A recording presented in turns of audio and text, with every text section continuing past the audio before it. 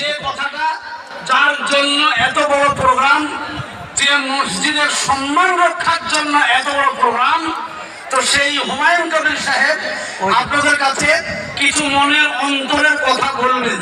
আমরা সবাই শুনবো এবং বুঝবো, আর হামেশা নিয়ত করে নেব আমরা হুমায়ুন সাহেবের সঙ্গেই আছি, থাকবো।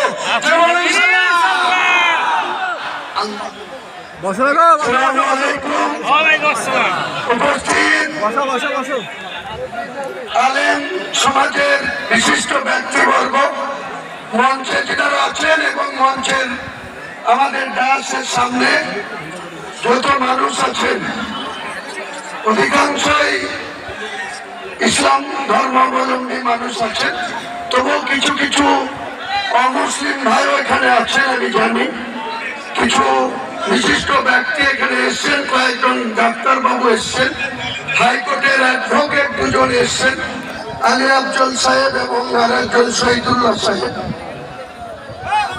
আমাদের এগেনস্টে এটাকে রোখার জন্য যে হাইকোর্টে যে একটা পিআইএল ফাইল হয়েছিল, সেই পিআইএল ফাইলের পরে ওনাদের পক্ষে কয়েকজন বিশিষ্ট লয়ার, যিনারা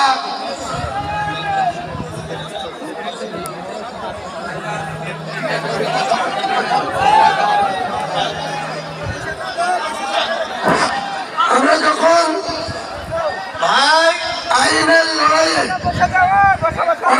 হাইকোর্টের প্রধান বিচারপতি সাহেব তার ডিভিশন বেঞ্চ যখন এটা শুনানি হওয়ার কথা ছিল 8 তারিখে, 8ই ডিসেম্বর, কিন্তু বিশেষ ভাবে সেই শুনানিটা 5 তারিখে আগিয়ে আনা হয়েছিল। প্রধান বিচারপতিকে মেনশন করে ওনাদের পক্ষে যার লয়া ছিল, যারা 8 তারিখের জায়গায় 5 তারিখে মেনশন করেছিল। আমাকে এত ব্যস্ততার মধ্যেও যখন এটা পিএলএ ফাইল হলো, তখন আমি 3 তারিখে আমাকে জরুরি ভিত্তিতে জেলা ছেড়ে কলকাতায় যেতে হলো। এই আলী আফজল সাহেব থেকে শুরু করে কয়েকজন বিশিষ্ট আইনজীবীর সাথে 1 ঘন্টা পরামর্শ করে ওনাদেরকে আমি পাওয়ার দিয়ে আসলাম যে যা করার করতে হবে। যারা এটার জন্য রোখার চেষ্টা করছে, আমি কোন অসাংবিধানিক কাজ করছি না।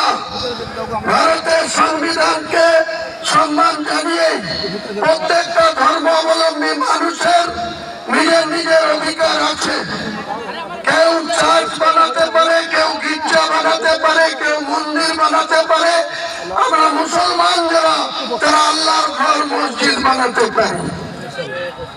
এখানে মিডিয়া বন্ধুদের বলবো, ন্যাশনাল মিডিয়া বন্ধুদের বলবো, আপনারা দেখতে পাচ্ছেন বাংলায় এবং ইংরেজিতে এখানে পবিত্র বাবরি মসজিদের ভিত্তি স্থাপন প্রস্তাব লেখা আছে। আপনারা একটু ওইদিকে লক্ষ্য করবেন, আপনাদের ক্যামেরা ওইদিকে ঘোরাবেন, কিন্তু ভারতবর্ষ দেখুক যে এক শ্রেণীর মানুষ এটা হতে দিতে চাইনি। বাবরি মসজিদ নাকি ভারতের মাটিতে হবে না।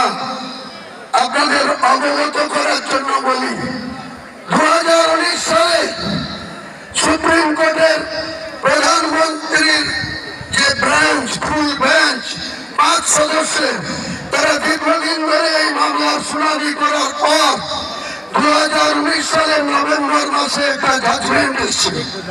সেই জাজমেন্টে কোনো পেপার ছাড়াই প্রত্যেকটা মানুষের অধিকার, যার ডিড এবং ডিডের বলে যার মিউটেশন, কনভার্সন, অর্থাৎ কাগজ কলমে যে মালিক, সেই মালিকানার প্রত্যেকটার অধিকার আছে।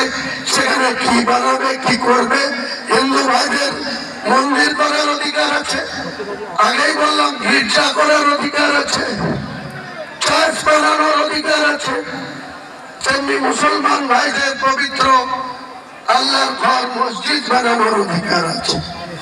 Supreme court